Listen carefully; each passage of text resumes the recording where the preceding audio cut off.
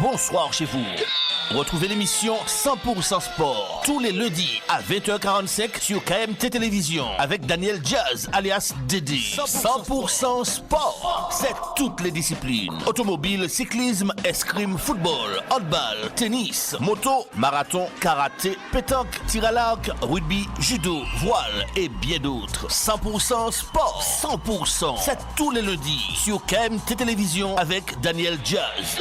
En fait, au début, il y a quand même plus de 20 ans que je suis dans le domaine du karaté. J'étais pratiquante, je le suis encore, mais moi, puisque vous pensez bien que les responsabilités évoluant, on néglige certaines choses pour en favoriser d'autres, mais on évolue, voilà, on évolue. Le fait d'être présidente, on parlait justement, il y a une espèce de violence genrée, parce qu'en fait, malheureusement, dans les instances sportives, qui n'est que le reflet de la société, en fait, les femmes ont essentiellement des rôles en tant que secrétaire, en tant que trésorière, mais dès qu'il y a un peu de pouvoir, on n'imagine même pas qu'une femme puisse le faire. Martinique, quelle est la place des femmes dans le monde du sport? C'est à la médiathèque du Saint-Esprit que s'est tenue une conférence débat en présence de Adeline Luce, EPS, Gisèle Dirigeant, coordinatrice de la CTM, Sophie Sorante, présidente de la Ligue de karaté, Catherine Victor, chargée de mission, ARCOM, et Mathurin Mayoluka, journaliste sportif France Antilles. Reportage Daniel Diaz, 100% Sport, KMT Télévision. Discipline masculine, essentiellement. Le karaté, c'est 60 à 70% de pratique masculine et le complément, une trentaine, entre 30 et 40% de pratique féminine. Les choses tendent à augmenter. Je suis assez amusée de savoir, d'entendre effectivement qu'il y a des difficultés, en tout cas sur l'application de la législation en termes de parité dans nos disciplines, quand le karaté, en fait, moins médiatisé, qui représente au national 255 000 licenciés, s'est attaqué à ce problème depuis la dernière Olympiade, depuis l'Olympiade d'avant. Aujourd'hui, je suis Sophie Sorante, 4e dame de karaté, éducatrice sportive et avec un club au Diamant, vice-présidente du CETOSMA. Je suis également membre du conseil d'administration de la Fédération française de karaté. Et on parlait justement, Madame Dirigeant l'a parlé, je comptais l'aborder, elle n'est pas avec moi ce soir. On parlait de la charge mentale. On parlait aussi de l'éducation, c'est sociétal. En fait, aujourd'hui, je ris parce que des fois, sur les réseaux sociaux, je vois des petites vidéos on applaudit un papa parce qu'il s'occupe de son enfant. Non, non, l'enfant on l'a fait à deux, on n'a pas à applaudir. Il s'occupe de son enfant, c'est très bien. C'est très bien, point barre. Exactement. Voilà, exactement. Mais ce soir, si je peux être là ce soir, aujourd'hui, c'est parce que papa s'occupe de sa fille, parce que les rôles sont partagés. Mais, comment dire, c'est pas... Alors, on voit une différence entre la vie d'avant, quand il n'y avait pas d'enfant, et la vie de maintenant, quand il y a un enfant. J'ai encore l'opportunité de faire des interventions, des petites choses comme ça, et maintenir en tout cas mes missions au CETOS ou bien à la Ligue, mais c'est pas la même chose parce que mes journées ont quand même 24 heures, et puis il faut faire des choix parce que le fonctionnement et ma réflexion. On parle d'infrastructure sportive ou de la pratique sportive. En ayant cet enfant, je me rends compte que dans les sites sportifs, il n'y a aucun endroit où on peut changer un bébé. Il n'y a aucun endroit. On en trouve dans les avions, tant mieux, et c'est exigu, il faut vouloir, d'accord, mais dans les pôles des sports, il n'y a rien du tout. Il n'y a rien du tout. En fait, on est obligé de faire des tables allongées de fortune, ou bien des petites choses comme ça, mais en fait, c'est pas réfléchi. Créatrice donc de la page Instagram footfom97.x, qui a décroché donc la mention spéciale jeune. Donc je me dis que c'est un petit peu la transition aussi par rapport à cela, puisque en plus on est dans le digital. On va donc parler avec Madame Victor et Monsieur Mayolika donc de tout ce qui est médiatisation du sport féminin. La place des femmes au niveau des instances dirigeantes. Voilà. Alors, bonsoir à tous et à toutes. Merci. Alors, Krishna Maklara, j'ai 24 ans. Pour le petit parcours, puisque tout le monde a présenté son parcours sportif, moi je suis très sportif, je fais quasiment tous les sports masculins. Haltérophilie, boxe thaï, aikido, football aujourd'hui. Et voilà, c'est une passion que je dégage pour le sport. J'ai même étudié dedans, j'ai fait une licence TAPS. Donc tout ce qu'on a déjà eu comme sujet, ça me parle beaucoup, ça me tient à cœur, puisque effectivement il y a une définition de la finalité du sport, de PS, qui est dans l'éducation, c'est former un citoyen lucide socialement et physiquement éduqué, donc c'est tout ce qui est l'aspect sociologique aussi qu'on a vu, je ne vais pas revenir sur ça, mais voilà. Très sportive, j'ai eu l'occasion d'être titrée double championne de France en haltérophilie. J'ai été en sélection de football. Donc voilà, moi j'ai toujours voulu montrer qu'il n'y a pas que les hommes. Voilà, j'ai toujours voulu faire mieux que les garçons. Et j'étais meilleure que les garçons dans beaucoup de disciplines que l'on rencontre. Parce qu'en tant que joueuse, j'ai eu l'occasion de connaître ça, les vestiaires, que pour les garçons, et moi j'allais derrière une voiture pour m'habiller, puisque j'ai joué en mixité, ou alors même porter les tenues des garçons, les week-ends alors qu'on est, voilà, quoi, en équipe féminine. En fait, c'est toutes ces problématiques que je veux relever, pas que dans le football, je veux m'expandre dans les différentes disciplines sportives en Martinique notamment, donc la yole, la pétanque, tous les sports qu'on ne voit pas souvent. Et pour répondre à votre question, madame, sur les femmes enceintes et tout, pour la petite, voilà. Moi, je suis tombée enceinte, j'ai joué jusqu'à 5 mois de grossesse au football. Ça ne m'a pas empêché de reprendre tout de suite après, 4 mois après mon accouchement. C'est une volonté, comme dit madame Souma, c'est une question de volonté et d'engagement de son sport, la passion. Donc rien n'est impossible. Certes, charge mentale, gestion de garde d'enfants, tout ça, c'est compliqué. Mais quand on veut, on peut. Et c'est ça ma destinée. C'est ce que je veux transmettre, en tout cas, à partir de ma page Toute Femme 97. Que quand on est femme, c'est stéréotypé. On peut. Il n'y a pas d'histoire de on est plus faible que les... Oui, d'accord, il y a des chiffres et tout. Mais voilà, ça part de l'éducation, ça part... Voilà, c'est ça. Mon prénom. Alors, qu'est-ce que cette conférence vous a apporté ce soir?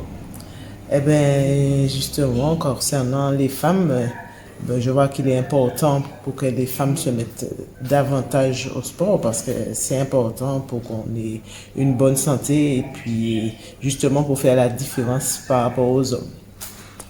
Est-ce qu'il y a Madame Sophie Sorante disait, elle est présidente de la Ligue de karaté et elle fait vraiment la différence dès qu'une femme est capable de prendre des responsabilités. Vous partagez son point de vue? Oui, absolument. Et la femme, justement, doit prendre les postes à responsabilité pour faire la différence, justement. Est-ce que des fois, les femmes n'osent pas? Je pense qu'il y en a qui n'osent pas. Mais on peut mieux faire. Heureusement, quand même, il y en a qui osent, mais on peut mieux faire. Qu'est-ce qu'on peut vous souhaiter pour la suite? Une bonne continuation sportive et que je puisse convaincre d'autres femmes de se lancer dans le sport. Parce que c'est important pour notre santé à toutes. Merci beaucoup. Alors, je suis venue à cette conférence débat parce que la thématique m'intéressait et je voulais vraiment savoir, à travers les différents intervenants, comment serait abordée cette question que je trouve effectivement très importante, étant une femme qui, comme je le disais, pratique du sport. Aujourd'hui, le constat est fait que les choses ont évolué, mais pas suffisamment. Les femmes occupent des postes à responsabilité dans le monde du sport. Au niveau de la médiatisation des sports féminins, il y a encore des efforts, de nombreux efforts à faire. Voilà. Mais je pense également... Non, vous parlez pour certains médias. Oui, pour certains médias. En effet. Ma fille est dans le monde du vélo et je constate qu'effectivement, il y a des efforts qui sont faits par certaines certains médias de les interviewer, d'interviewer les filles. Voilà.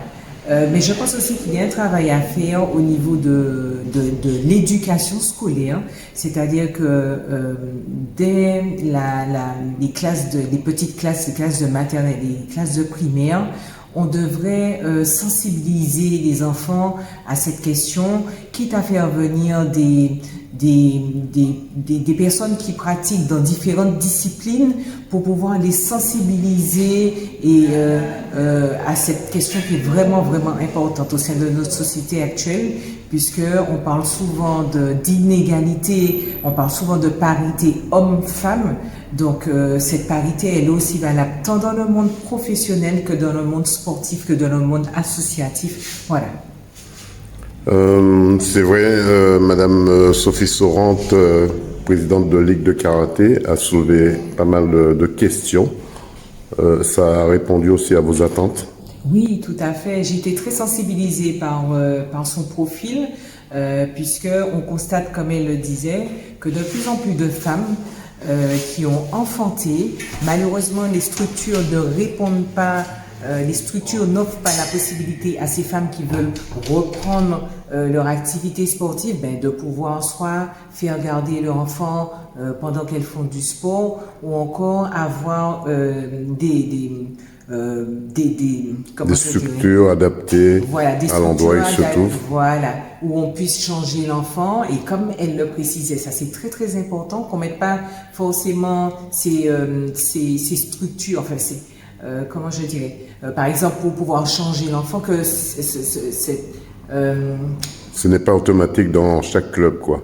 Oui, non seulement ce n'est pas automatique dans chaque club, mais qu'il ne faudrait pas les mettre uniquement dans les toilettes des femmes, mais aussi dans les toilettes des hommes, parce qu'il faut que de plus en plus, pour permettre aux femmes de pouvoir s'émanciper au niveau sportif et pouvoir occuper des postes à responsabilité dans le monde sportif, que les hommes aussi prennent le relais au niveau de la garde des enfants. Départ qui sera donné par Alfred de Fontis.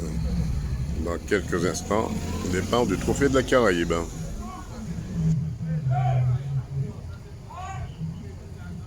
Top départ.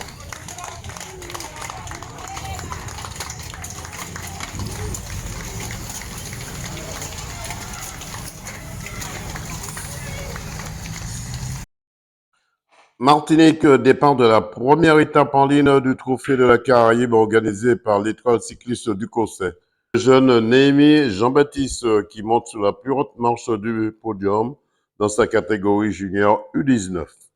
Puis chez les seniors, c'est Léopold Perrault du Team Crédit Mutuel Garage Premier qui remporte cette première course en ligne longue de 108 km, patronnée par les transports Labamar et Point S. Écoutons quelques réactions à l'arrivée. Reportage Daniel Diaz, 100% Sport, KMT Télévision. Nom, prénom, Boyer, Adrien. Alors, l'équipe de la Guyane, comment ça s'est passé pour vous, cette première course en ligne? Bon, c'est parti, pas très vite. Après, sur la première montée de Valat, j'étais pas bien placé, donc je remontais au fur et à mesure qu'il y avait des cassures. Après, je me suis retrouvé dans un groupe. Il y avait Laurando, des gars comme ça. Après, En principe, ce sont des hommes forts que tu connais, toi, oui, qui as je l'habitude connais. de venir Donc, ici, ensuite, en Martinique. Exactement. Ensuite, le temps que le corps comprenne qu'on n'est pas à la maison et que le dénivelé n'est pas pareil, il m'a fallu une trentaine de kilomètres pour me mettre en jambes. Après, on faisait les efforts pour pas prendre trop d'écart et essayer de rentrer dans les meilleurs délais. Après, j'avais Benjamin Bousquet qui était mieux placé que moi-même. Moi, j'étais dans le groupe juste derrière lui. Donc après, c'était finir la compétition, la première étape dans les meilleurs délais possibles. On verra ça demain. Ça va changer de braquet demain pour vous aussi? On va voir déjà le classement et voir si on n'est pas trop loin. Et si on est très loin, on va essayer de voir comment on va battre nos cartes. Okay. Un petit coucou à la Guyane, les gens qui vous regardent. Oui, la famille et tous ceux qui nous font confiance. Et les supporters, les amis, ma copine, mon fils. Donc voilà, coucou, bisous. Jordan Nabedov, comment ça s'est passé ce premier tronçon pour vous? Ça s'est bien passé pour nous, pour l'équipe. Donc pour ma part, c'était un jour sans. Hein. Une équipe qui se cache un petit peu, attend le beau moment pour attaquer ou bien Ouais, dès maintenant? on attend le bon moment, c'est la première étape, il y a la deuxième qui arrive demain, donc on verra au fil des jours si notre leader il sera bien pour essayer de gagner ce trophée de la taille. À ce stade de la course, il ne faut pas être trop gourmand, il faut regarder toutes les équipes pour Oui, savoir où se voilà. trouve le maillon faible et là, attaquer à partir de ce moment-là. Voilà, oui, il faut tout au début, c'est économiser pour vers la fin, avoir de la fraîcheur pour finir ce trophée de la taille. On sait que vous avez les capacités pour ce finish, on vous souhaite une bonne continuation. Ok, merci à vous. Allez. Guilbert, un bilan de cette première étape en ligne? Ouais, c'est une étape assez nerveuse parce qu'il y avait des écarts assez minimes entre des garçons qui étaient dans le même temps, comme Péo qui gagne et qui prend le maillot jaune en même temps. Et puis, c'était une course nerveuse parce qu'on a des groupes qui se faisaient, qui se défaisaient. Et puis, à un moment, il fallait bien qu'on arrive à avoir un groupe homogène pour aller à l'arrivée. Chaque fois qu'il y avait des échappées, le groupe était trop important. On avait 25, hein. À un moment, on en avait 15. Et puis, c'est au moment où le groupe de 7 s'est positionné, où on a vu des garçons avec des renforts comme la JCD 131 qui était à 2. Il y avait aussi Team Crédit Mutuel Garicomi qui était à 2. Donc, ça a fonctionné. Stanislas voulait aller chercher donc une victoire, qui serait une double victoire également. Mais il y a aussi, il a été bien emmené par Juin. On a eu Péo qui a été bien emmené par Marco. Hein, et un petit nom qu'il lui donne comme son sauveur ou autre. Mais en tout cas, je crois que ça a bien manœuvré entre ces deux équipes. Et puis voilà, une belle victoire. Guy Albert, entre Léopold Péo et Rémi Marco, on voit ces deux bonhommes, ils sont en binôme, ils travaillent bien, on les a vus dans le Critérium cycliste de Martinique. Péo qui est arrivé premier à Gondo et Rémi qui arrive premier aussi à Mont-Enfer. C'est un bon trio, ces deux-là. Il faudra faire très attention à eux. Ouais, c'est un binôme exceptionnel, ces deux-là. Et quand ça se forme, il faut toujours faire attention. Je pense que certains vont garder de l'expérience sur cela, parce qu'à chaque fois, ça marche. Et puis, je crois que c'est un véritable puncher, hein, ce PO aussi, parce que là, il arrive très éprouvé, un peu asthmatique, mais bon, il a géré tout ça à la fin. Mais c'est vrai qu'il est très explosif, il est puissant. Et c'est ce qui fait qu'il gagne ici dans cette première étape. On se retrouve demain, Guy Albert. Michel Marichette, l'espoir cycliste du Cossais, se porte bien avec ce trophée de la Caraïbe.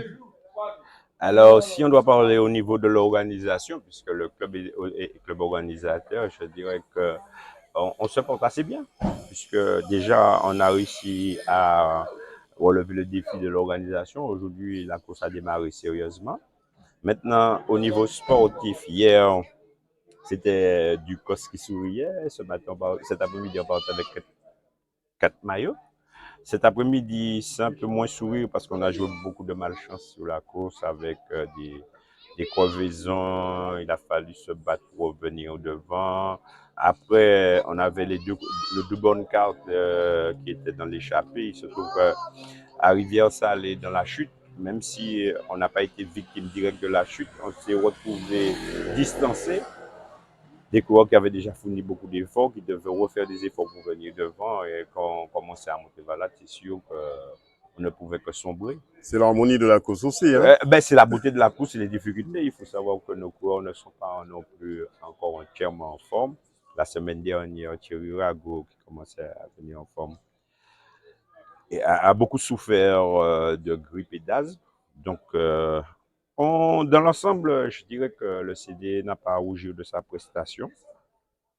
On a très, très content aussi du petit junior qui est venu nous rejoindre de TCF, le petit Jean-Baptiste Néhémie, qui renforce donc son classement de meilleur junior. On savait qu'il est encore fragile, Jean-Emmanuel Lorando, qu'après le prologue qu'il a gagné, malheureusement, il avait été victime d'une chute. Donc, il a le poignet qui lui fait mal, il a le bas de dos qui lui fait mal, donc on ne peut pas trop attendre. Malheureusement, bien qu'il soit un très bon coureur, il continue à subir, je dirais, la malchance. C'est Tina Jonathan. J'espère qu'un jour ça va changer. Et puis, Il y a Mélina qui a décidé de jouer le maillot point chaud qu'il a joué. Je pense que demain, il devrait porter ce maillot-là. Donc, demain est un autre 3 jours. En tout cas, un beau trophée. Et puis, deux grosses équipes sur ce trophée, je crois. La POJ est féroce. Aujourd'hui, ils étaient ensemble hein, pour faire la course en tête. Et puis demain, ça va être le duel entre ces deux équipes, entre elles. Donc, ça va être joli. Ça va être joli. Et puis, il y a des coureurs qui peuvent jouer encore leur carte individuelle. Hein. Martinique départ de la 3e étape du Trophée de la Caraïbe, organisée par l'Espoir cycliste du Cosset, direction Champigny, Cocotte du Cos, Petit-Bourg, Échangeur du Diamant, le Giratoire Carrère, au Lamentin, le sommet de Bois-Rouge, où le public s'était donné rendez-vous. Puis direction le Mont-Pitot, Quatre-Croisés, Font-Savane, arrivé Bois-Rouge. C'est Jordan Labéjoff de l'équipe du TVM qui remporte cette étape longue de 113 km 600. Écoutons quelques réactions à l'arrivée. Reportage Daniel Diaz, 100% Sport, KMT Télévision. Jordan Labéjoff, c'est vrai, hier, vous me dites... Merci beaucoup. Hier, vous me disiez, Jordan Labéjoff, qu'il fallait attendre, qu'il fallait temporiser. Emile Gisère a bien pris le pouls, regarder comment ça se passe. Et puis, c'était la montée de Mont-Pitot, c'était là que ça se jouait la course. À la descente, comment ça s'est passé pour vous, la descente? La descente, il fallait tout descendre tambour ouvert. Hein. Il fallait que je bouge 20 secondes sur Eden Becerra. Donc, je suis descendu tambour ouvert, j'ai pas calculé. Je suis descendu quand j'étais recollé à Fondor. Je me suis dit, bon, je vais dans ça pour récupérer avant tout. Et puis, si à 700 mètres de la ligne, si je pouvais, je l'attaque. Et chose faite, je l'ai attaqué. Et voilà, je suis arrivé tout seul. Ouais. On peut dire que Bois-Rouge vous sourit. L'année dernière, c'était pareil ici. L'année dernière, c'était pareil. Aujourd'hui, encore belote. Je suis très satisfait. Il faut dire que aussi, c'est un travail d'équipe. Hein. Norman a juste de devant avec moi, il ne faut pas l'oublier. Et il m'a protégé, il m'a motivé aussi. Surtout la dernière montée, il m'a dit reste là, reste dans la route de Becerra, tu sais ce que tu as à faire. Et je tiens à le remercier avec toute l'équipe de la team. Comment c'était aujourd'hui cette course un peu hard et très, très usante aussi parce qu'il y avait des mecs qui roulaient pour le général, d'autres pour l'étape. Et on s'est concerté aussi, lui j'ai regardé le général et nous pour l'étape, donc ça pouvait mieux tomber. Quand on est coureur cycliste comme vous, on doit tout gérer l'étape, gérer le classement, et qui voilà. a des points, qui n'a pas assez de points, comment voilà. aller récupérer des points. Être très statrice, très calculateur et on ne peut pas lever l'œil, on fait que pédaler, il faut réfléchir aussi. C'est tout ça. On vous souhaite une ok, merci à KMT aussi. Merci. Président, comment ça s'est passé pour votre équipe cet après-midi? Très bien, très bien même puisqu'on fait premier, quatrième, donc on ne peut pas être plus complet que ça. Bon travail d'équipe, on a vu ça avec Norman Natouche et Jordan Labéjoff qui a donné le coup de rein qu'il fallait dans la descente. Voilà, et puis derrière, Mathis Rizal et Christopher Hippolyte, Joanne Gobin qui ont aussi contrôlé.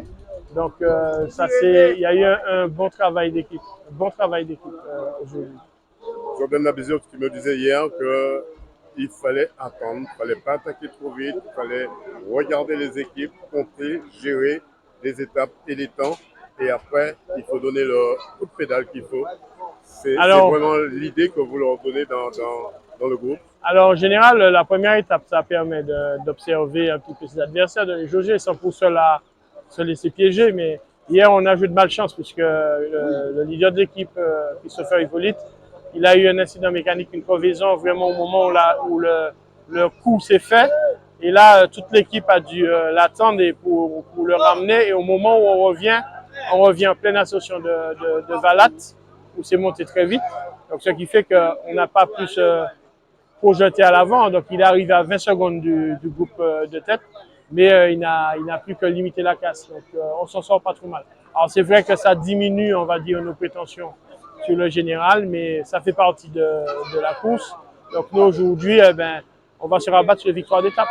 TVM qui ira quand même chercher son maillot jaune. Alors, on va essayer. Tout est possible parce que quand on regarde aujourd'hui, ceux qui avaient 2 minutes hier, ils prennent 2-3 minutes aujourd'hui. Tout peut se faire. La course quand même reste ouverte.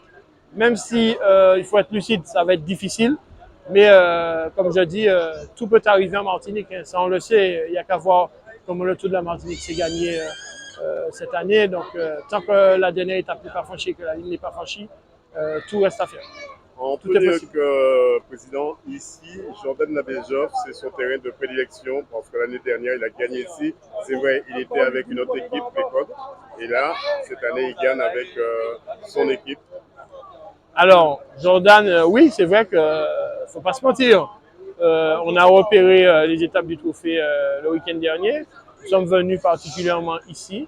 Et c'est vrai qu'il a reconnu qu'il avait gagné l'an dernier et qu'il aimerait à nouveau rééditer l'exploit. Donc, il est parti extrêmement motivé ce midi.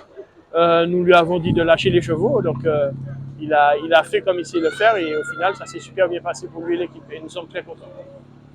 Bon, on est avec le président du comité cycliste régional de la Martinique, Alfred de Fontis. Alors, Alfred de Fontis, une première question. Déjà, un beau trophée aujourd'hui. Un beau trophée, une belle étape. Et depuis hier, je vis de superbes étapes. Mais aujourd'hui, vendredi, le vendredi où les gens ne travaillaient pas, nous avons vécu une belle étape. Une belle étape qui nous a permis d'assister à une belle victoire, une victoire de la Béjoff, qui en quelque part a eu dans mon plutôt une attaque flingante du sociétaire de la pédale pilotine. Il a su revenir sur lui et que l'arrivée quelque part était sur le plat un beau sprint qui n'a été même pas disputé. Mais en tout cas, félicitations au team Aigigeur de Rivière-Salée, puisque leur sociétaire la Béjoff a triomphé ici, donc ça a été une belle victoire. La Béjoff qui a travaillé avec Norman Latouche en une binôme. Compétition que le public adhère. Hein. Au fait, le meublage de tout ça, c'est le nombre de spectateurs que nous avons sur cette manifestation. Et je dis bravo en quelque part pour le public. Bravo à vous, la presse, dans son ensemble. Hein. Je ne parle pas de Dédé New Sport, mais de toute la presse martiniquaise qui, en quelque part, relate les faits de cette compétition, ce qui permet au public de sortir. Parce que s'il n'y a pas de bonne annonce, s'il n'y a pas d'annonce, il n'y a rien en télévision, personne ne sait qu'il y a une manifestation. C'est pourquoi d'ailleurs... Il y a des présidents, par exemple... Je mets l'accent là-dessus. Je veux protéger ce que vous faites pour faire passer l'information, pour que tout public puisse découvrir et savoir que la Martinique a de belles manifestations sportives. Alors c'est vrai, Président, une question un peu délicate. Certains présidents, un président en particulier, refusent de s'adresser à la presse. Pourquoi? Je n'en sais rien du tout. Le président du comité cycliste, je suis là en quelque part pour protéger ma discipline. Je suis là pour le porter, donc je suis prêt pour s'il y a un président qui souhaite pas intervenir à la presse, je suis là pour le faire parce que je suis quand même président du comité cycliste, président de tous les clubs, et moi je dis la presse, on a besoin de vous. On a besoin de vous parce que le cyclisme fonctionne avec des collectivités. Il fonctionne avec en quelque part l'État, qui est la DRAGES, il fonctionne avec des sponsors, des partenaires, il fonctionne avec la presse. Donc, c'est tout cet ensemble qui nous permet de faire ce package pour propulser ce cyclisme, l'emmener de plus haut. Et jusqu'à maintenant, je peux dire pour ma mandature, dans mon combat, j'avais promis en quelque part de réconcilier le cyclisme avec la presse, par exemple, de réconcilier le cyclisme avec les sponsors, de réconcilier le cyclisme avec le public martiniquais. Ça, pendant mes mandatures, j'ai réussi à le faire. Et aujourd'hui, je peux dire bravo. Quand un spectateur voit une course en Martinique, il se dit, tiens, je me suis trompé, je suis en Guadeloupe. Non, il est en Martinique parce que le cyclisme martiniquais s'est réconcilié avec le public. Et aujourd'hui, nous avons beaucoup de spectateurs sur nos courses grâce au travail réalisé. Vous avez planté de beaux jalons pour ça, Président. On vous souhaite... Qu'est-ce qu'on peut vous souhaiter? Serait-ce que de vous reposer un petit peu? Souhaitez-moi de réaliser une belle saison, de propulser encore la jeunesse de mon cyclisme au devant de la scène. Et c'est bien fait parce que, rappelez-vous, il y a 15 jours de ça, j'ai été mis à l'honneur par la ville du Lamentin, le Madina Biker, le CL. Aujourd'hui, le Trophée de la Caraïbe, c'est la ville de Ducos, c'est l'Espoir cycliste de Ducos qui est mon club fondateur et qui me rend hommage. Donc je prends tout ça de bon cœur. Je suis très content de cet hommage.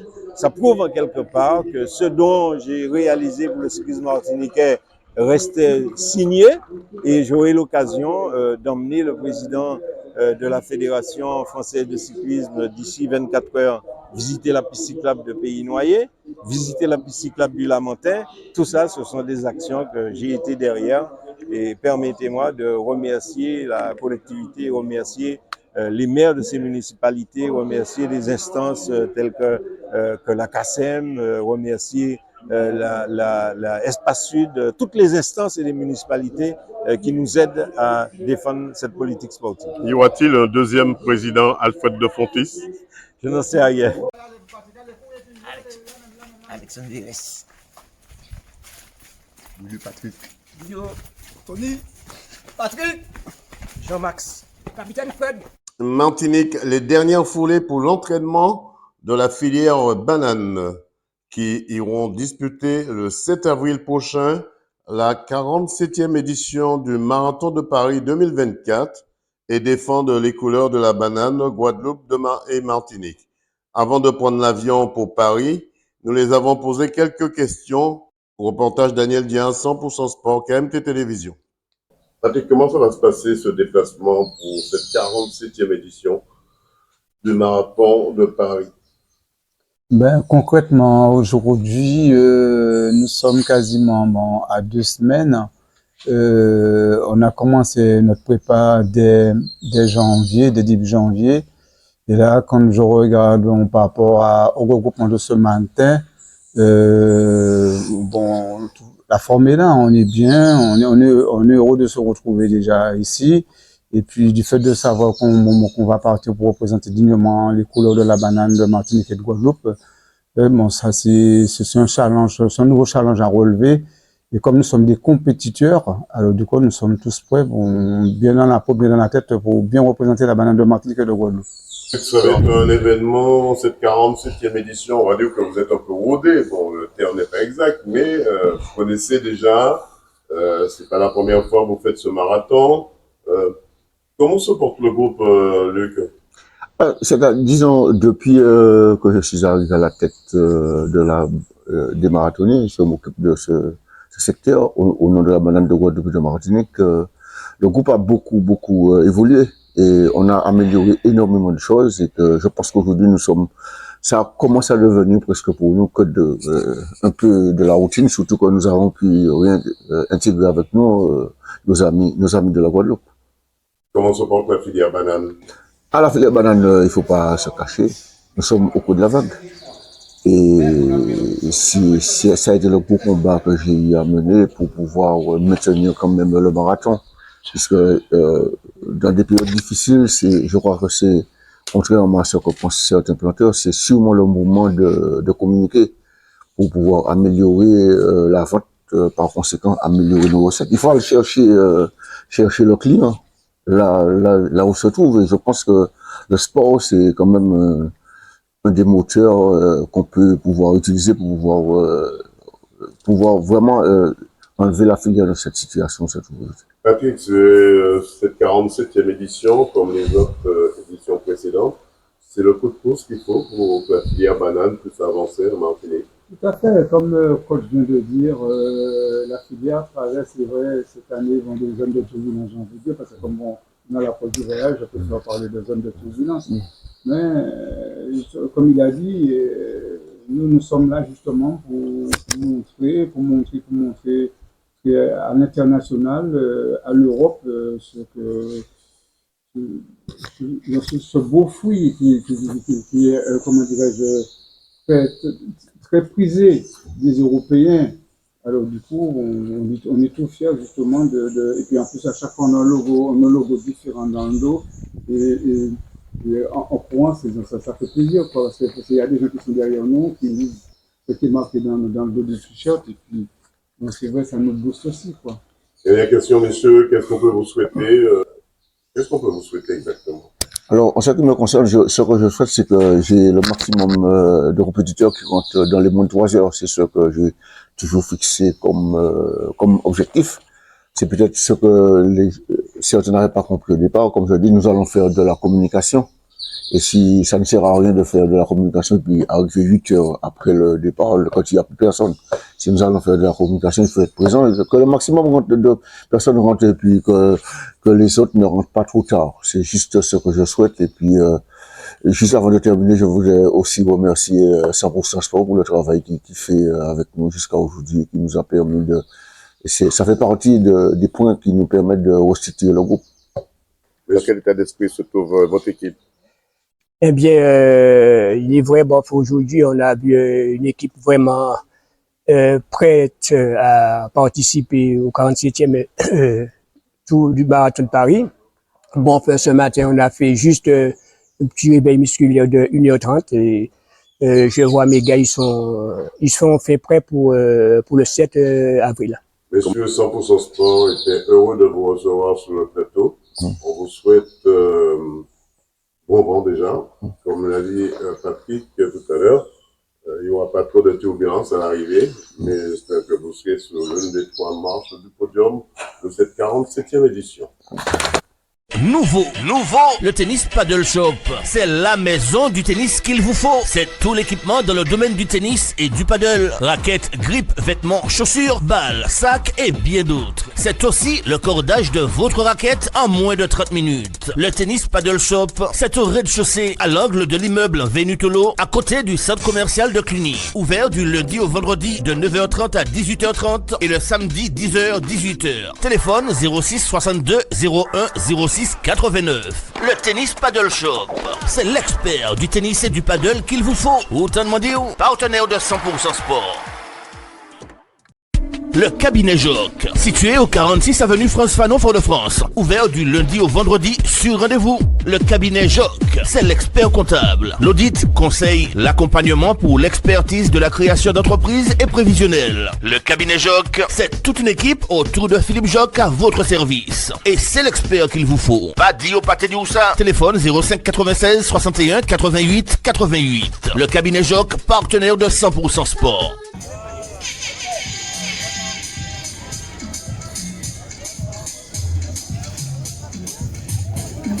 Bonne randonnée pédestre à nos amis marcheurs. Ok, ici.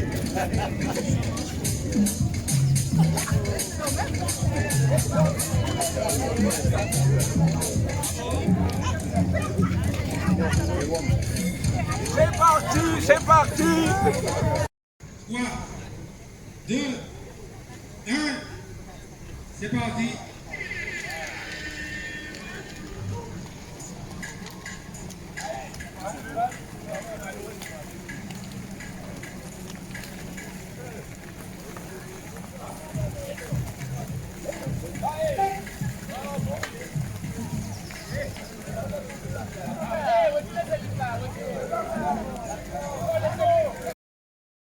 Martinique, c'est dans la commune de Trinité, à l'usine du Gagnon, que s'est déroulée la 17e édition du Randocan, avec 86 marcheurs et 256 VTT dans les quartiers de la ville de Trinité.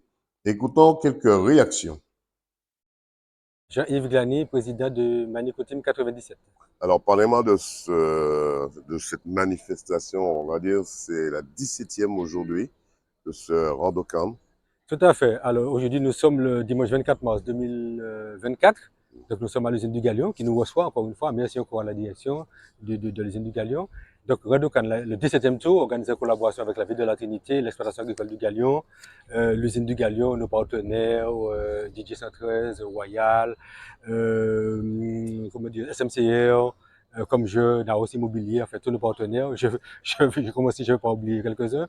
Mais bon, ils sont quand même importants d'être avec nous. Floup, pour les nommer, Hello, enfin, pas mal de partenaires qui nous font confiance chaque année et nous les remercions davantage à chaque édition, chaque jour. Président, combien de personnes, combien de randonneurs à vélo et à moto? Alors, vous êtes en partenariat avec la partie marche et la partie vélo. Expliquez-moi un peu la spécificité de ce Rodocan.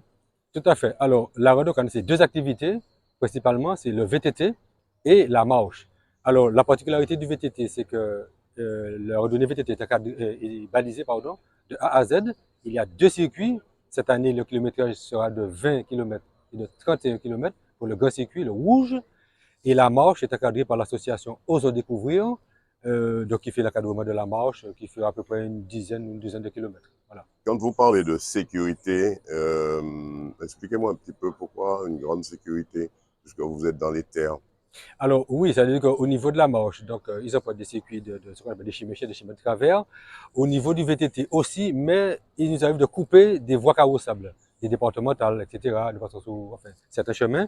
Et nous sommes obligés donc, de déposer la déclaration avec avoir un arrêté. Et bien entendu, nous avons des signaleurs qui sont là pour encadrer les randonneurs en VTT pour pallier à la sécurité, pour prévenir, donc pour pouvoir les sécuriser pour traverser les routes. Voilà. Vous passez à travers les terres de propriétaires aussi. Tout à fait. Là, oui. Il y a l'autorisation. Absolument. Les terres du Galion, de l'exploitation agricole du Galion, des champs de bananes, etc. Donc nous remercions tous ces propriétaires terriens qui nous font confiance, qui nous donnent l'autorisation gracieuse de passer sur leurs terres. Bien entendu, nous devons laisser à l'État comme nous avons trouvé. Donc nous demandons toujours à nos participants de ne pas lâcher des déchets.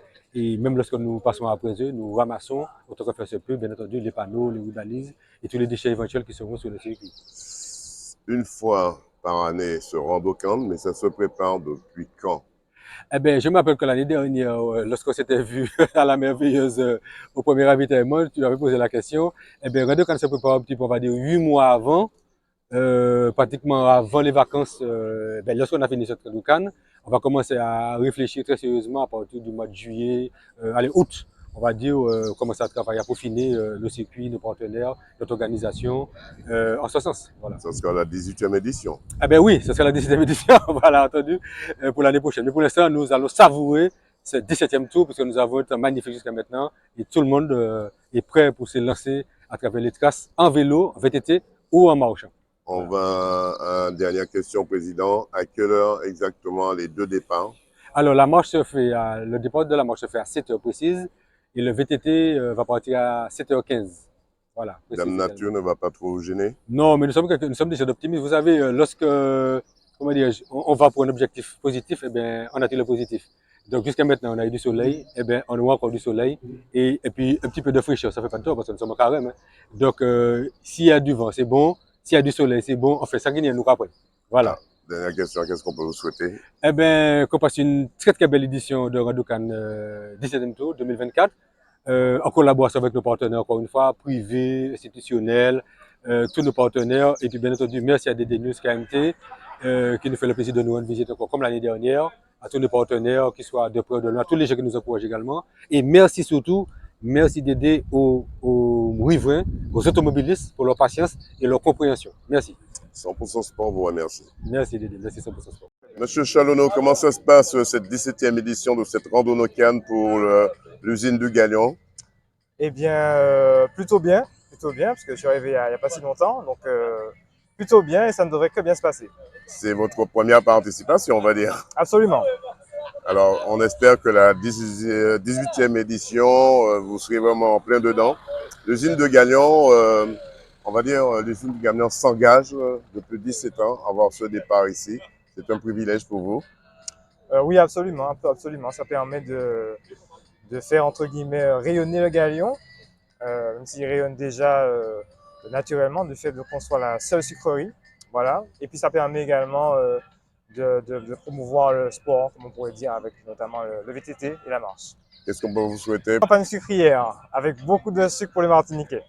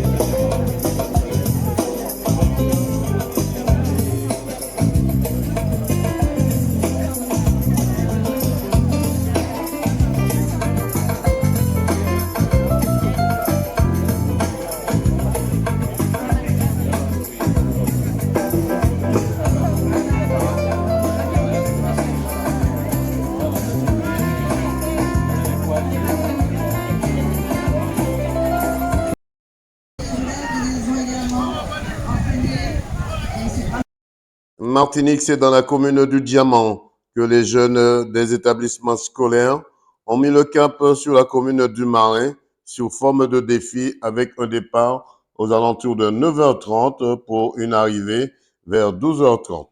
Puis, dans l'attente de l'arrivée des Yoleurs, un défilé de mode a été organisé. Une jupe plissée et un corset en satin rose avec un sac en soie en dentelle. Eliana, rapproche-toi. En satin rouge et un sac bordeaux réalisé à partir d'un livre. On nous vient avec un bustier vert en jacquard et une jupe portefeuille blanc cassé.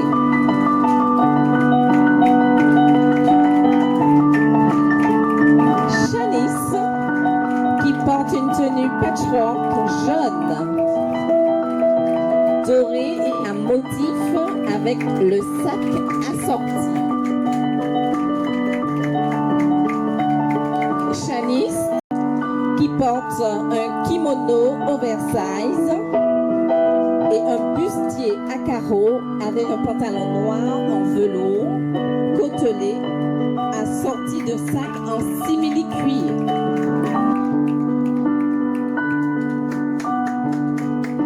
Merci, Abigail.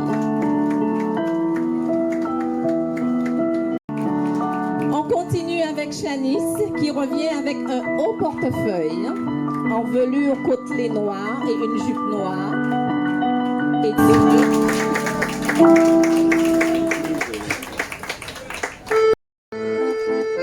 elle nous présente une veste tailleur couleur ivoire et un jean upcyclé avec un tissu coloré. Tout ce que j'aime.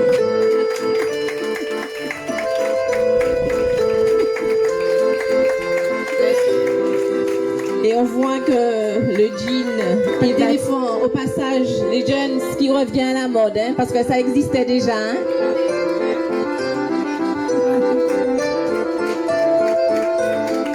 Couleur sur la mer. Kathleen avec une robe bénitier turquoise, longue et fluide. Messieurs, dames, admirez le dos.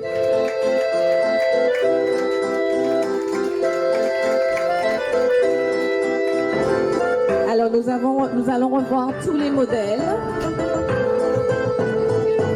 Donc, Gaïa qui revient avec sa première tenue, le bustier fleuri. Nous avons Eliana avec la jupe plissée et le pantalon rouge. Meito qui nous a présenté le bustier vert en jacquard. Shanice avec sa tenue, d'accord, qui avec un haut portefeuille en velours côtelé. Flaviana à côté. Et enfin, nous avons Kathleen. Alors peut-être pas dans l'ordre. Également Abigail que j'ai oublié et Flaviana. Qu'est-ce qui t'a poussé à entrer dans ce métier? Parce que j'aime le design, j'aime la fashion. Du coup, ça m'a poussé à aller faire des vêtements. Voilà. Donc, Meito passe le bac cette année, c'est ça? Donc, on lui souhaite bon courage pour la suite. La mère, je vous présente. Bonjour, je m'appelle Gaïa Diano. Je suis en première et MMV comme Abigail au lycée Raymond Néris. Je voulais remercier toutes les personnes qui ont participé à l'organisation de cet événement et à tout le monde d'avoir participé comme il le pouvait au défilé. Donc merci beaucoup de votre soutien et voilà, merci beaucoup.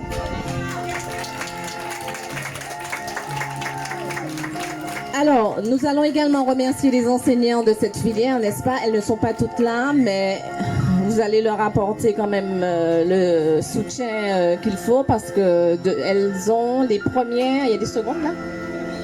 Des secondes, des premières et des terminales.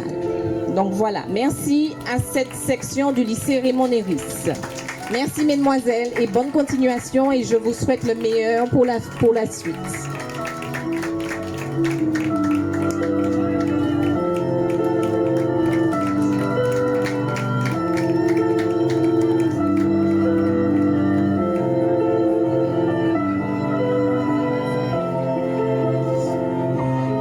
Puis, c'est la Yolsara Énergie Nouvelle du Marin qui remporte ce défi.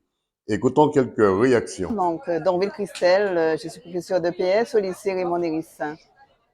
Alors, parlez-moi de cette manifestation ce matin avec un départ de ce défi YOL 2024. Pourquoi? Eh bien, voilà, c'est vrai qu'on voulait remettre à flot, si on peut dire ainsi, donc cette manifestation qui avait 8 éditions antérieures, c'est la 9e édition, en partenariat avec Alizé YOL qui nous a aidés notamment sur le plan des équipiers, de la voile, de l'organisation des entraînements et avec nos partenaires, nos différents partenaires. Donc l'objectif c'était de relier la ville du Diamant et la ville du Marin en YOL. C'est surtout un défi avant tout et entre équipes avec 10 établissements qui ont répondu, qui sont actuellement sur l'eau. Un départ qui s'est déroulé où exactement au Diamant? Alors le départ c'était à Omulan, donc à partie basse, et l'arrivée se fait à la plage du bourg de Sainte-Anne. Depuis quand ce projet a été mis en place? Alors ce projet, depuis septembre, nous avons eu l'idée de mettre en place ce projet qui est passé en conseil d'administration, ainsi de suite, qui a été voté. Et après, il fallait chercher les sous-sous, comme on dit. Et nous avons trouvé, nous remercions d'ailleurs le Parc naturel marin qui nous a grandement aidés, la capitanerie, le Crédit mutuel enseignant. Il y en a pas mal, il y a une douzaine de partenaires dans ce projet. S'il fallait les citer, un petit volume ne suffirait pas. Dans quel état d'esprit se sont trouvés ces élèves pour ce défi? Eh ben, c'est un défi, mais ils sont dans la course, hein. Les élèves, ils ont, bon, après, je peux pas leur reprocher d'être comme ça. Donc, mais le premier objectif, c'est de travailler en équipe, fair play et de relier la ville du Marin. Voilà, c'est ça. Donc, les élèves étaient plus compétiteurs, mais c'est normal à leur âge, ils ont encore la niaque. Qu'est-ce qu'on peut vous souhaiter pour l'année 2024? Eh bien, on va souhaiter que le lycée Raymond Néris soit dans les 3. 100% sport, et vous puis remercie. 100% sport, voilà, je vous remercie. Et classe. Je suis Rémi Mallory, élève de première Mélec. Alors, comment ça s'est passé cette traversée, ce défi exactement? C'était dur, mais nous avons réussi à remonter la pente malgré notre dessalage. On a su garder notre calme. Alors, malgré ce dessalage, ça s'est bien passé quand même? Oui, on a su garder notre calme, avancer avec courage et garder notre sang-froid. Depuis combien de temps cette idée vous êtes venue à la tête pour faire ce défi? Ça a été donné par le prof de sport. C'était donné par le prof de sport au début de l'année. On avait entendu parler de défis qui avaient été proposés, mais on n'avait pas encore eu de confirmation. Et quand on a su ça, il y a beaucoup d'élèves qui se sont présentés. Il y en a qui ont été en tant qu'aides, vu qu'ils n'avaient pas forcément les qualités requises pour être sur la YOL. Comme d'autres, ils étaient en YOL ou en bateau suiveur, ils nous ont aidés, suivis. Malgré ça, tout le monde était présent, la soutien de tout le monde était là. Et même les bateaux suiveurs, les moniteurs, ils nous ont donné la force et le courage pour y arriver. En tant que femme, ça a été difficile pour toi, tu as osé prendre le départ? Alors au départ, je ne suis pas montée parce que j'ai préféré laisser les gars prendre le dessus parce que la mer était très agitée. Et pour ne pas avoir de difficultés, j'ai pris plus vers la fin, mais je suis arrivée au bout. Malgré que c'était difficile à l'arrivée, il y avait beaucoup de vent, beaucoup de mer. J'ai pris ma force et mon courage et je suis arrivée. Ce qui veut dire que cela n'empêche pas qu'une femme soit à la barre de ce défi. Non, il faut juste avoir la mentalité, la force nécessaire et qu'on sache garder notre sang-froid et avoir... 100% sport vous remercie.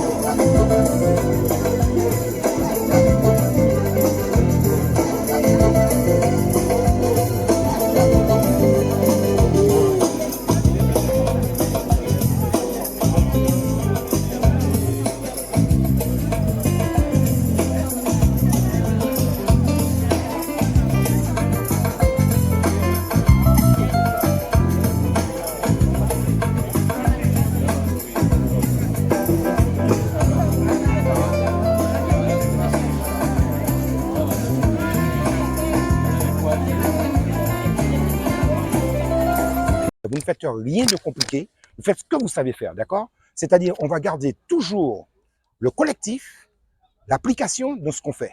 Et on va rester fidèles les uns pour les autres. On est d'accord? Et dans la construction, on fait les choses convenablement. Logiquement, si c'est respecter ça, on devrait aller vers la victoire. D'accord, les garçons? OK, allez, on vient là, ici, là, avec moi, là. Allez, allez avec moi, là, tout ça. D'accord. On va crier un Real Aou. D'accord? Laissez le passer. On est d'accord, les garçons?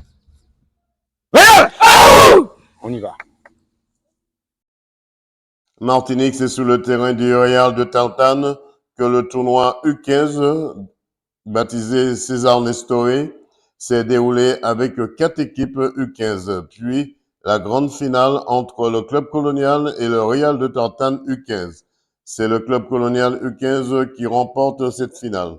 Le Real de Tartane, 2e, le Girodoute, 3e et le CO Trenel, 4e. Écoutons quelques réactions. Pourquoi ce tournoi qui porte votre nom aujourd'hui? Oh là là, c'est un tournoi que le Real a organisé.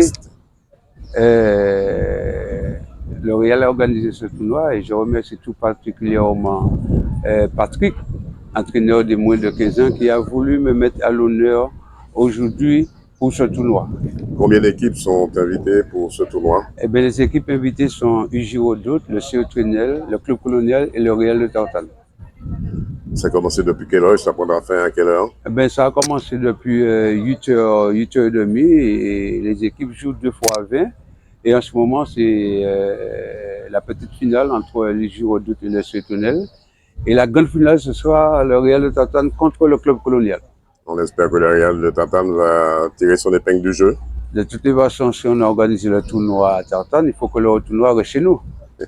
Comment se porte le Real de Tartane, vous qui êtes dirigeant du Real de Tartane? Eh bien, en ce moment, on se porte bien. On est au milieu du tableau, donc on joue pas la montée, on joue le maintien et on verra pour l'année prochaine. Qu'est-ce qu'on peut vous souhaiter pour ce jubilé en quelque sorte? Eh bien, que ça se passe bien, qu'on n'a pas de blessés.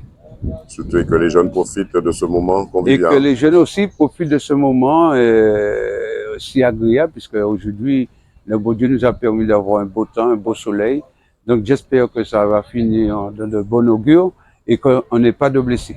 Alors, je suis Martine Bosch, présidente de l'UJ Redoute. Alors Martine, comment se comporte l'UJ Redoute dans ce tournoi César Nestoré? Ah ben, je trouve que ça va. Je vois que les joueurs sont en forme. Parfois, ça peut être un peu difficile, mais en fait, ils ont envie de jouer, ils sont venus s'amuser et ça, c'est bien. Est-ce que l'UJ Redoute va s'envoler avec ce tournoi? S'envoler, je ne sais pas, mais en tout cas, j'espère qu'ils auront pris du plaisir avant tout.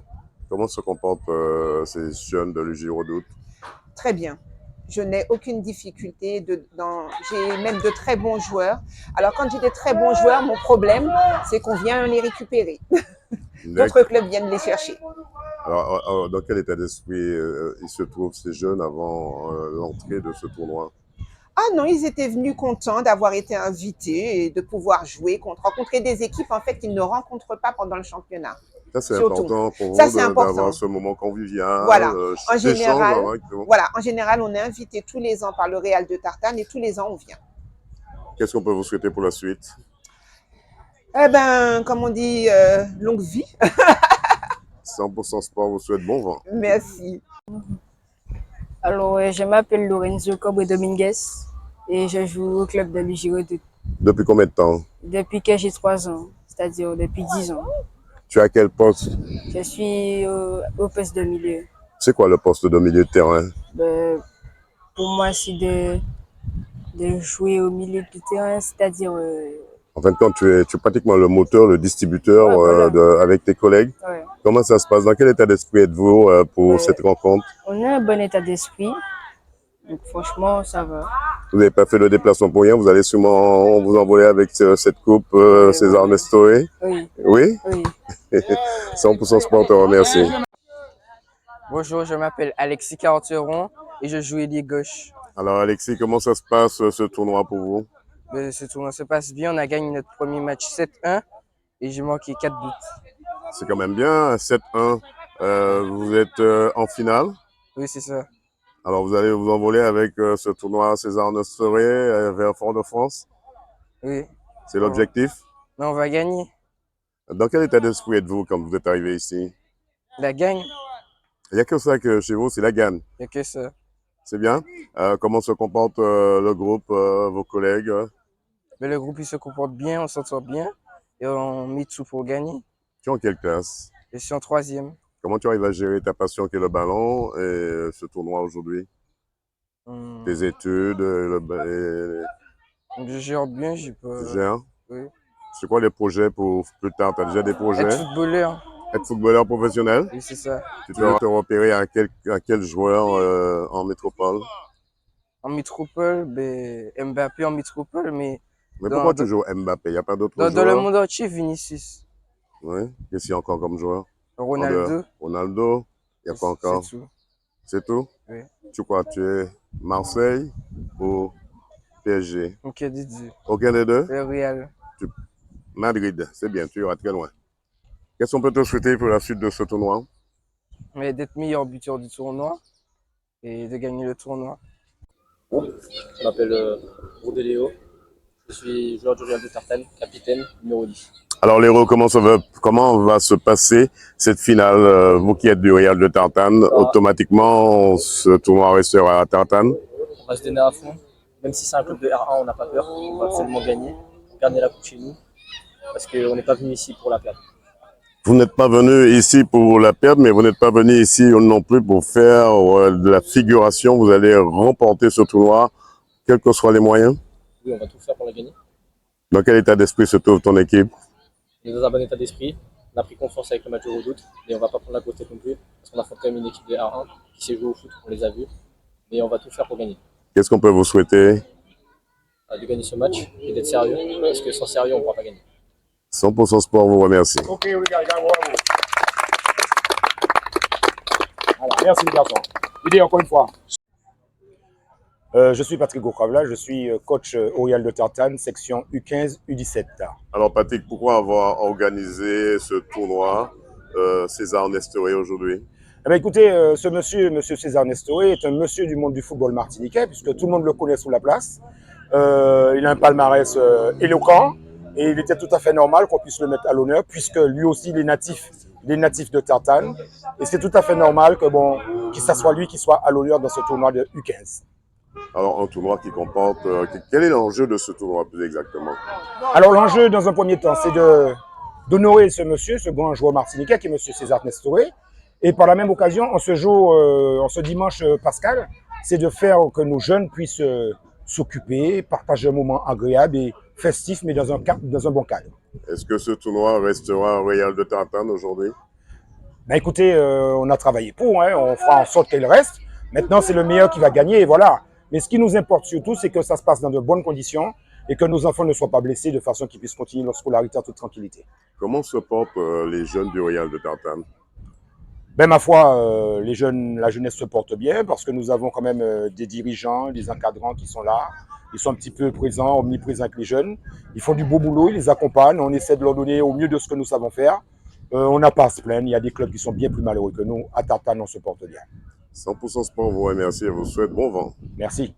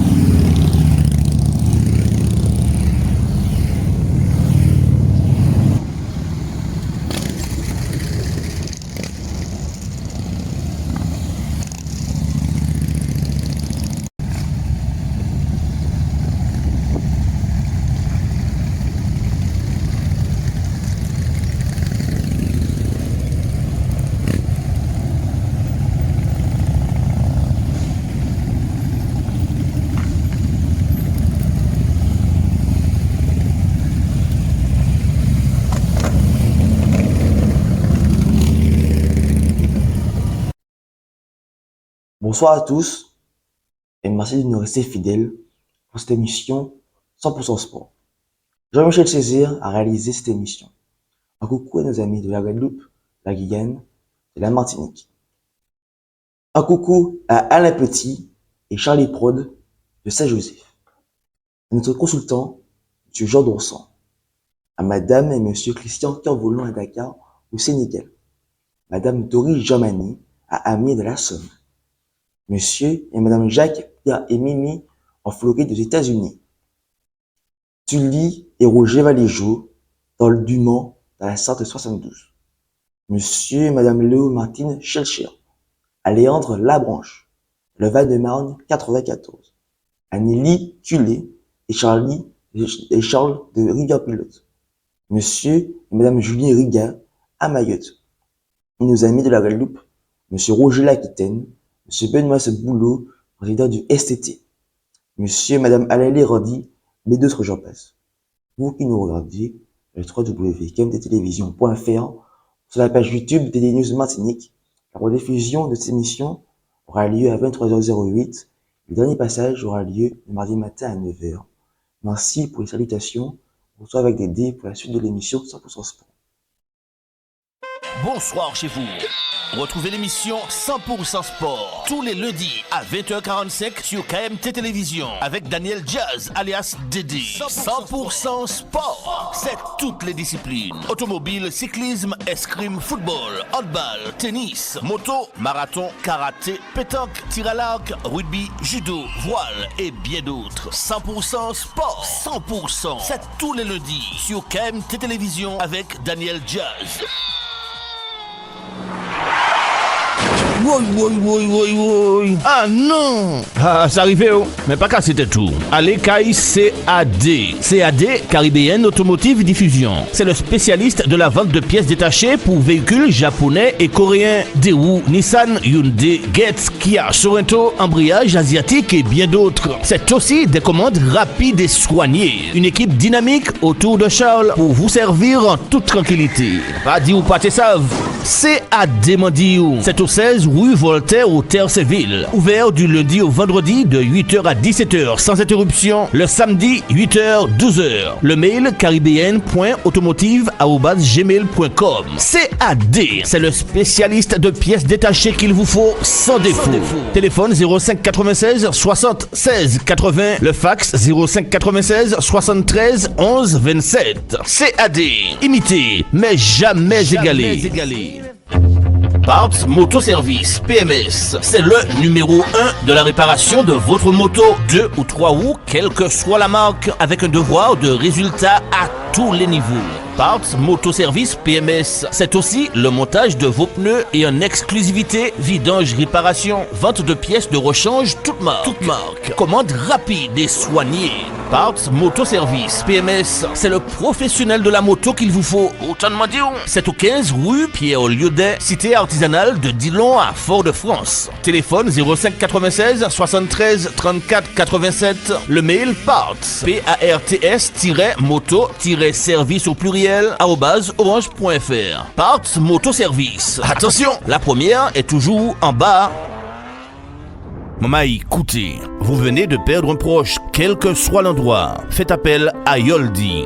Yoldi, le funéraire, c'est notre affaire. Thanatopracteur, soins d'hygiène, conservation temporaire. Toutes vos prestations funéraires sur l'île et à l'étranger. C'est l'affaire de Yoldi, 24 heures sur 24. Yoldi, toute une équipe à votre service et un service à la hauteur de vos désirs et de vos intérêts. Yoldi, c'est la maison funéraire qu'il vous faut dans le Nord au Marigot. Téléphone fixe 05 96 53 65 67, le portable 45 49 93. Yoldi, partenaire officiel de 100% Sport. Automobiliste, attention con. Arrêtez-vous à Vito, bout de Trinité et Vito de l'Union à Sainte-Marie. Yannick et son équipe vous invitent à venir faire le plein d'énergie de votre voiture, camion, moto, etc. Vito, c'est aussi la vente de produits d'entretien, batterie, huile, essence, diesel, sans oublier le bazar, épicerie, tout pour le pique-nique et bien d'autres pour votre voiture. Vito, ouvert du lundi au lundi de 6h à 19h50. Téléphone fixe 05 96 69 47 53 et le portable 06 96 30 40 14. Pas dit au pâté dit où ça savent. Vito, bout de Trinité et Vito, route de l'Union, Sainte-Marie. Une équipe partenaire officielle de 100% Sport.